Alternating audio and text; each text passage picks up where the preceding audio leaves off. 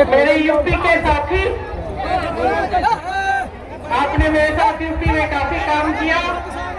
श्री रस्तु प्रसाद जी, श्री प्रेमचंद्र मिश्र जी, श्री राजकिशोर कुशवाहा जी, श्री राजकुमार प्रसाद जी, श्री जितेंद्र कुमार जी, श्री उमेश जायसवाल जी, श्री रमा पासवान जी, मंच पर आसीन सभी कांग्रेस के पदाधिकारी, सभी नेतागण, आप सबका इस मीटिंग में बहुत बहुत स्वागत।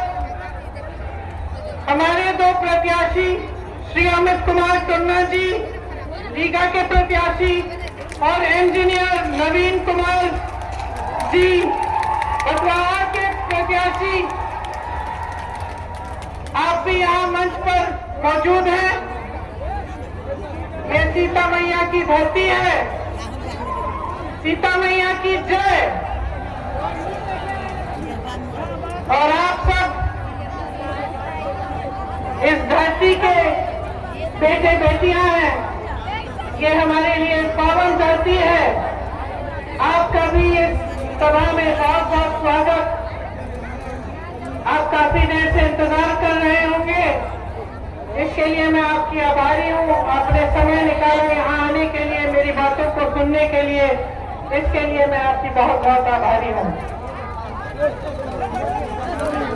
देखिए, ये जो आपकी धरती है ना, हजारों साल से ये पवित्र धरती है। देश के इतिहास में, चाहे वो पुराना इतिहास हो, चाहे वो आधुनिक इतिहास हो, स्वतंत्रता संग्राम का, उसमें एक अहम जगह है धरती का। आप इसको पहचानो। आप इस धरती के बच्चे हैं, इस धरती के नौजवान हैं, इस धरती के बेटे हैं, बेटियां हैं। पहचानो कि आपका क्षेत्र और आपका प्रदेश इस देश के लिए कितना महत्वपूर्ण रहा है। सबसे पहले तो स्वाभिमान से अपनी धरती पर गर्व करो और ये समझो कि इस देश की राजनीति में कितना महत्व रहा है आपका। एक वो जमाना था जब आपके ही पूर्वजों ने आंदोलन किया। यहाँ सोचो, न फोन थे, ये मोबाइल फोन जिससे सूचना एकदम पहुंच जाती है, न टीवी था। उस समय शायद एक आध अखबार होता था, लेकिन आपके पूर्वजों ने चंपारण में आंदोलन किया क्योंकि उनके साथ अन्याय हो रहा था। उनमें इतनी हिम्मत थी उन किसानों में कि अंग्रेजी साम्राज्य की जो ताकत थी उसको देखा नहीं, खड़े हो गए, अपने अधिकारों के लिए लड़े और ऐसी लड़ाई लड़ी कि उस लड़ाई की आवाज, उन किसानों की आवाज महात्मा गांधी तक पहुंची। महात्मा गांधी यहाँ आए और आपके ही पूर्वजों से प्रेरित होकर उन्होंने सत्याग्रह शुरू किया, जिससे अंत में अंग्रेजी साम्राज्य को झुकना पड़ा और देश छोड़ना पड़ा। ये है आपकी ताकत, ये है आपकी शक्ति, ये है आपकी जगह इस देश की राजनीति में, इस देश के इतिहास में, इस देश के निर्माण में। और आज भी आप इसी धर्म को एक अलग तरह से निभा रहे हो। आज भी अगर कुछ बनता है इस देश में, कुछ भी हो, उसका निर्माण बिहार के वासी करते हैं। आज भी अगर मैं कन्याकुमारी से कश्मीर तक जाऊं, मुझे कोई मजदूर दिखा, मुझे कोई खेती में काम करते हुए दिखा, मुझे कोई इमारत बनती हुई दिखी और उसमें कोई मजदूर दिखा कि मजदूरी कर रहा है, मैं पूछती हूँ कि तुम कहाँ के हो, मुझे बताता है मैं बिहारी हूँ। तो गर्व करो अपने आप पे कि किस तरह से आपने इस देश को बनाया है।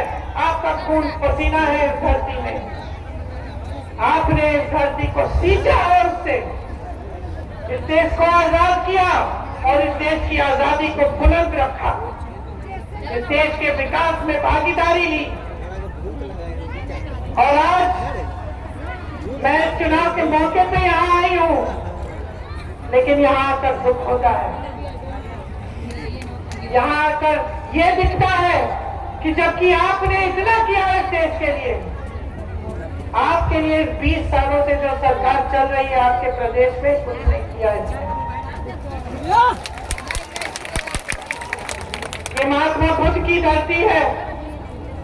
इस धरती ने महात्मा गांधी को रास्ता दिखाया, एक साम्राज्य को शिकस्त दिया, इस हमारे देश के संविधान को बनाने में पूरी भागीदारी दी, और आज उसी संविधान को कमजोर करने का काम हो रहा है, आपके अधिकारों को कमजोर करने का काम हो रहा है, आपके वोट को कमजोर करने का काम हो रहा है। ये वोट जिसके लिए आपके पूर्वज लड़े, जान दी उन्होंने, संघर्ष किया उन्होंने, ये वोट जिसके आधार पर आप इस देश के नागरिक बनते हैं, ये वोट जिसके आधार पर आपको सारी स्कीम मिलती है, आपको मनरेगा में मजदूरी मिलती है, इस देश के नागरिक बनने के नाते और इस देश में वोट डालने के नाते, जितनी भी सरकारी स्कीमें हैं, सरकारी पैसे हैं, इसीलिए मिलते हैं, इसी के आधार पर मिलते हैं, और आज इसी को कमजोर किया जा रहा है। आपके 65 लाख वोट काटे हैं इस सरकार ने, और इनके साथ चुनाव आयोग ने, जो इनके साथ साथ मिलजुल कर साजिश कर रहा है हमारे संविधान, हमारे देश को कमजोर करने का। ये चुनाव आयोग जिसका दायित्व है कि इस देश की रक्षा करे, कि लोकतंत्र की रक्षा करे, कि चुनाव निष्पक्ष तरह से होना चाहिए, आज यही चुनाव आयोग इस सरकार के साथ साजिश कर रहा है कि आप किसी को वोट डालें, किसी को भी आप सरकार बनाना चाहे, कोई भी सरकार बनाना चाहे, कोई फर्क नहीं पड़ेगा, सरकार इन्हीं की बनेगी, वोट इन्हीं के पक्ष में जाएगा, क्योंकि सारे मिले हुए हैं और ये चुनाव को ठीक ढंग से होने नहीं दे रहे हैं। आज आपके सामने मेरे भाई श्री राहुल गांधी ने सारी सच्चाई दिखा दी है, इनकी सारी सच्चाई सामने आ गई है। बिहार से इन्होंने 65 लाख वोट काटे, हरियाणा में इसी तरह से चुनाव हुआ था, 25 लाख वोट इन्होंने फर्जी लगवाए, 25 लाख फर्जी वोट, हरियाणा का सारा चुनाव चोरी कर लिया, चोरी की सरकार है हरियाणा में, और यहाँ की तैयारी कर रहे हैं, 65 लाख वोट कटवा के यही तैयारी यहाँ हो रही है। सुन लीजिए कौन है ये लोग, सुन लीजिए। कभी ज्ञानेश कुमार नाम सुना है? सुना है? नहीं सुना होगा, नहीं सुना होगा। कभी आपने ऐसे सांधु का नाम सुना है? नहीं सुना होगा। कभी विवेक जोशी का नाम सुना है?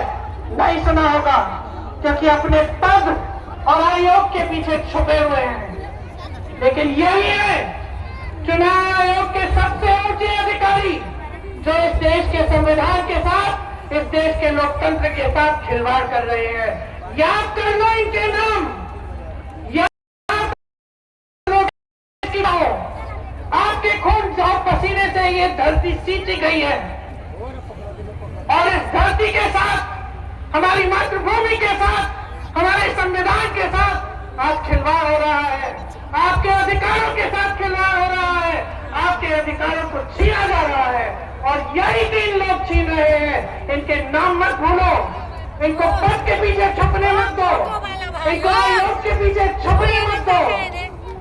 ये देश बहुत उदार है, सुन लीजिए तीनों, सुन लीजिए, ये देश बहुत उदार है, ये देश बहुत कुछ देता है, ये देश बहुत आगे बढ़ाता है। ये माँ है हमारी, माँ उदार होती है, लेकिन माँ के अंदर दुर्गा की शक्ति भी होती है, और इस देश के साथ जो विश्वासघात करेगा उसे ये देश भूलेगा नहीं। आप सोचते हो आप रिटायर कर लोगे, चैन का जीवन जियोगे इस तरह का घोटाला करके, तो याद रखो, याद रखो, ये देश आपको नहीं भूलेगा। आज से हर सभा में मैं इनके नाम सुनाऊंगी और हर सभा में आपसे बुलवाऊंगी। बोलिए मेरे साथ, ज्ञानेश कुमार, बोलिए जोर से, ज्ञानेश कुमार, SS संधू, विवेक जोशी, और याद रखिए इनके नाम, और याद रखिए कि ये देश आपका है, ये बिहार आपका है। ये कोई आपके साथ आपसे छीनने की कोशिश करे तो खड़े हो जाइए, अपने अधिकारों के लिए लड़ाई लड़िए, जिस तरह से आपके पूर्वजों ने हमारी आजादी की लड़ाई लड़ी। आज यहाँ खड़े हुए दुख इसलिए होता है क्योंकि 20 साल गुजर गए, एनडीए की सरकार यहाँ है और 20 सालों से आपकी तरक्की नहीं हुई है। मेरी बहनें यहाँ बैठी हैं, मेरी बहनें, आज आपके का सबसे बड़ा संघर्ष क्या है बताओ? क्या है सबसे बड़ा संघर्ष? सबसे बड़ी समस्या क्या है? महंगाई है कि नहीं है? है कि नहीं है? खेती में मजदूरी करती हो, कमाती हो? नहीं कमाती। मजदूरी करती हो, घर आती हो, अगर आशा बहू हो, आंगनबाड़ी में काम करती हो, जीविका बहन हो, फिर भी नहीं कमा रही हो ठीक ढंग से, घर आती हो, बचत होती है, बचत होती है। जब पूरे दिन काम करने के बाद घर में तुम आती हो तो क्या सो जाती हो आराम से? नहीं सोती ना, और काम करना पड़ता है, करना पड़ता है कि नहीं?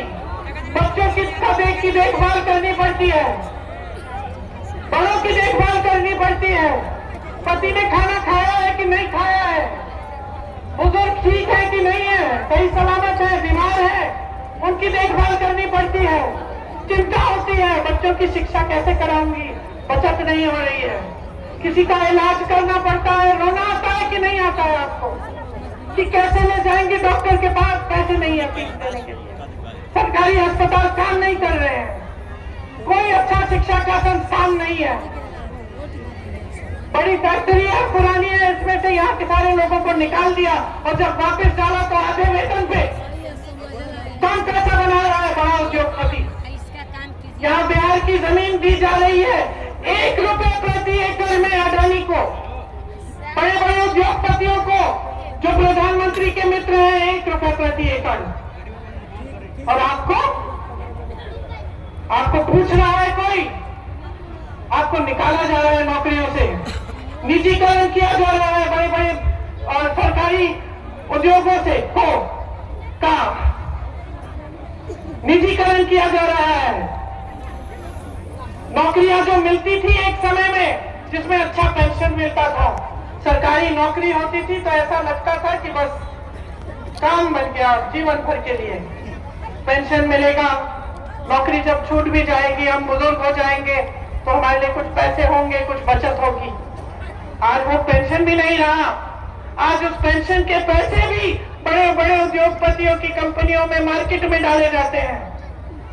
सरकारी कर्मचारी एक ही चीज मांगते हैं हर जगह पूरे देश में, सिर्फ बिहार में नहीं, कि हमें पुराना पेंशन दे दीजिए, हम पूरा जीवन काम करते हैं, हमें पेंशन नहीं मिल रहा है ठीक ढंग से।